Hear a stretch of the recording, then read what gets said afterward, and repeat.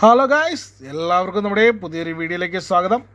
അപ്പോൾ ഇന്ന് നമ്മൾ വീഡിയോ കാണുന്നത് പോലെ തന്നെ നല്ല നാടൻ ഉണക്കത്തരണ്ടി നമ്മൾ കറി വെക്കുന്ന വീഡിയോ ആയിട്ടാണ്. നമ്മൾ നാടൻ രീതിയിലാണ് നമ്മൾ കറി വെക്കുന്നത് ആദ്യമായിട്ടാണ് അപ്പോൾ നമ്മുടെ ഈ വീഡിയോ കാണുന്നതെങ്കിൽ നമ്മുടെ ചാനൽ സബ്സ്ക്രൈബ് ചെയ്യുക. നിങ്ങൾ ഫേസ്ബുക്കിലാണ് കാണുന്നതെങ്കിൽ നമ്മുടെ അക്കൗണ്ട് ഫോളോ ചെയ്യാനും മറക്കരുത്.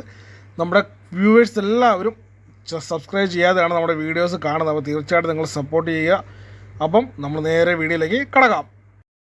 അപ്പോൾ ആവശ്യമായ ചേരുവകൾ എന്തൊക്കെയാണെന്ന് നോക്കാം. അപ്പോൾ നമ്മൾ കുറച്ച് ഇഞ്ചി വെളുത്തുള്ളി നമ്മൾ എടുത്തിട്ടുണ്ട്. പിന്നെ നല്ലൊരു തക്കാളി നമ്മൾ ചെറുതായിട്ട് അരിഞ്ഞെടുത്തിട്ടുണ്ട്. ഒരു സവാളയുടെ പകുതി, 2 പച്ചമുളക്, ഇത്രയും സാധനങ്ങളാണ് നമ്മൾ ഇതിനായിട്ട് എടുത്തിരിക്കുന്നത്. അപ്പോൾ ഇനി നമുക്ക് നേരെ ഒരു ചട്ടി അടുപ്പിലേക്ക് വെച്ച് കൊടുക്കാം. അപ്പോൾ ചട്ടി ഒന്ന് ചൂടായി വരുമ്പോഴത്തേക്ക് നല്ല ആവശ്യത്തിന് നല്ല വെളിച്ചെണ്ണയാണ് നമ്മളിതിലേക്ക് ചേർത്ത് കൊടുക്കുന്നത്. അത് നിങ്ങളുടെ ഇഷ്ടത്തിനനുസരിച്ച് നമുക്ക് വെളിച്ചെണ്ണയിലാകുമ്പം എപ്പോഴും നല്ല ടേസ്റ്റ് ആയിരിക്കും കറിക്ക്. ഞാനിവിടെ വെളിച്ചെണ്ണയാണ് യൂസ് ചെയ്തിരിക്കുന്നത്. നിങ്ങൾക്ക് ഇഷ്ടാനുസരണം എണ്ണകൾ ഉപയോഗിക്കാവുന്നതാണ്. അപ്പോൾ നമ്മുടെ കടുക് ഇടുകയാണ്. നമ്മുടെ എണ്ണ നന്നായിട്ട് ചൂടായിട്ടുണ്ട്. അപ്പോൾ നമ്മുടെ കടുക് ഇട്ട് കൊടുത്തിട്ടുണ്ട്.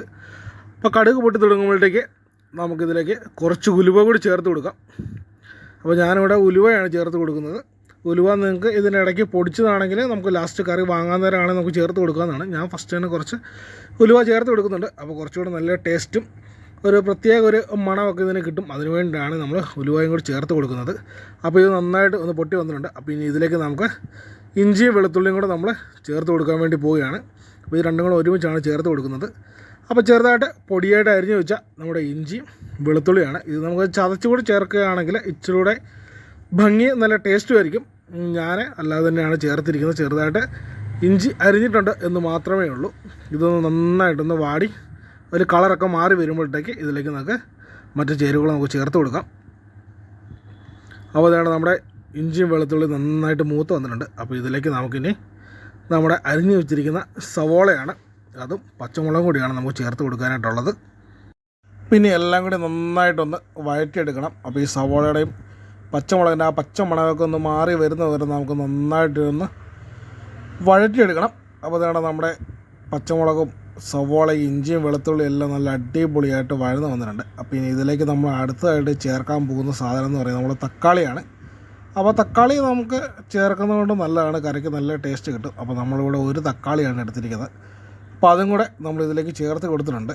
അപ്പം നന്നായിട്ട് നല്ല ഇളക്കി കൊടുക്കുക. നമ്മൾ സാധാരണ മീൻകറിയൊക്കെ ഉണക്കിനൊക്കെ നമ്മുടെ പച്ചത്തക്കാളിയൊക്കെ ചേർക്കുകയാണെങ്കിൽ നമുക്ക് ഇച്ചിരി കൂടെ നല്ലതായിരിക്കും. കാരണം അതിൻ്റെ ചെറിയൊരു പുളി ഇതൊക്കെ ഉള്ളതുകൊണ്ട് നമുക്ക് ഒരു ഇച്ചിരി കൂടെ ടേസ്റ്റ് നമുക്ക് കൂടുതലായിട്ട് കിട്ടും. അപ്പോൾ നമ്മൾ ഇവിടെ നമ്മുടെ തക്കാളിയെല്ലാം വഴന്നു വന്നു. അപ്പോൾ നമ്മൾ ലാസ്റ്റായിട്ടാണ് നമ്മുടെ തേങ്ങാക്കൊത്ത് ചേർത്ത് കൊടുക്കുക. കാരണം ആദ്യമേ ചേർത്ത് തേങ്ങ ഒത്തിരി മൂത്ത് പോവും. അപ്പോൾ നമ്മൾ കടിക്കുമ്പോൾ എന്താണ് ആ പച്ച ഒരു ഇളം പച്ച ആ ഒരു ടേസ്റ്റ് നമുക്ക് കിട്ടാൻ വേണ്ടിയിട്ടാണ് നമ്മൾ ലാസ്റ്റായിട്ട് നമ്മൾ തേങ്ങാക്കൊത്ത് ഇതിലേക്ക് ചേർത്ത് കൊടുത്തിരിക്കുന്നത്. അപ്പോൾ ഇതെല്ലാം കൂടെ ഒന്നുകൂടെ ഒന്ന് മിക്സ് ചെയ്ത് എടുത്തതിന് ശേഷം നമ്മുടെ പൊടികൾ ചേർക്കാം. അപ്പോൾ നമ്മൾ 3 ടേബിൾ സ്പൂൺ മുളക് പൊടി, 1 ടേബിൾ സ്പൂൺ മല്ലിപ്പൊടി, ഇച്ചിരി മഞ്ഞൾപ്പൊടി, ഇത്രയാണ് നമ്മൾ ഇതിലേക്ക് എടുത്തിരിക്കുന്നത്. വേറെ പൊടികളൊന്നും നമ്മൾ ചേർക്കുന്നില്ല. അപ്പോൾ ഇതൊന്നും ഇനി നന്നായിട്ടൊന്ന് മൂത്ത് വരണം. അപ്പോൾ നമ്മൾ ലോ ഫ്ലെയിമിൽ വെച്ചിട്ടാണ് ഇത് നമ്മൾ മൂപ്പിച്ചെടുക്കുന്നത്. അല്ലെങ്കിൽ നമുക്ക് ഈ പൊടി കരിഞ്ഞു പോകാനായിട്ട് വളരെ ചാൻസ് കൂടുതലാണ്. കാരണം കരിഞ്ഞു കഴിഞ്ഞാൽ നമുക്ക് ടേസ്റ്റ് വ്യത്യാസമാവും. അപ്പോൾ നമ്മൾ അല്ലാതെ തന്നെ നമ്മൾ മൂപ്പിച്ചെടുക്കുകയാണ്. അങ്ങനെ എടുക്കുമ്പോൾ കറി നല്ല അടിപൊളി നമ്മുടെ പൊടിയൊക്കെ മൂത്ത് വന്നിട്ടുണ്ട്. അപ്പോൾ ഇതിലേക്ക് നമ്മൾ ആദ്യമേ 1 കപ്പ്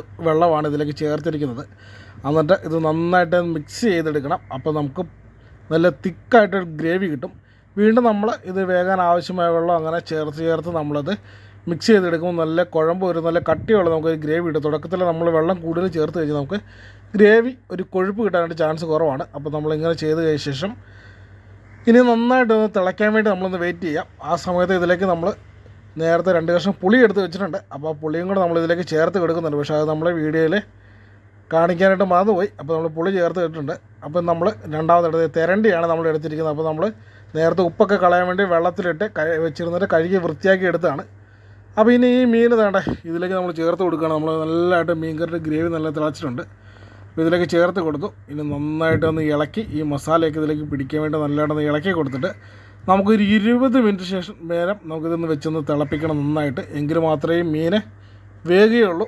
അപ്പോൾ നമുക്ക് നന്നായിട്ട് ഇതൊന്ന് ചുറ്റിച്ചതിന് ശേഷം നമ്മൾ ഉപ്പൊന്നും ഒരിക്കലും ചേർത്ത് കൊടുക്കുന്നില്ല. കാരണം ഓൾറെഡി ഉണക്കമീനായതുകൊണ്ട് ഇതിൽ നല്ല ആവശ്യത്തിന് ഉപ്പുണ്ട്. അതുകൊണ്ട് നമ്മൾ വേറെ ഒന്നും ചേർത്ത് കൊടുക്കുന്നില്ല. ഇനി അടച്ച് വെച്ച് നന്നായിട്ട് നമുക്കൊന്ന് വേവിച്ചെടുക്കാം.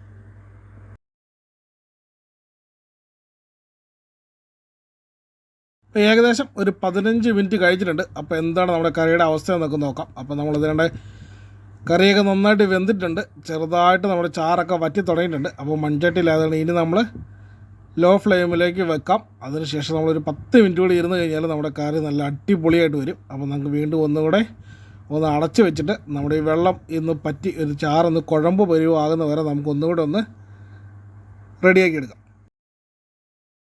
ഇപ്പോൾ ഏകദേശം ഒരു 25 മിനിറ്റ് ആയിട്ടുണ്ട്. അപ്പോൾ നമ്മളിതേണ്ട മീൻ കറിയൊക്കെ നല്ല അടിപൊളിയായിട്ട് നല്ല കുറുകി തിക്കായിട്ട് വന്നിട്ടുണ്ട്.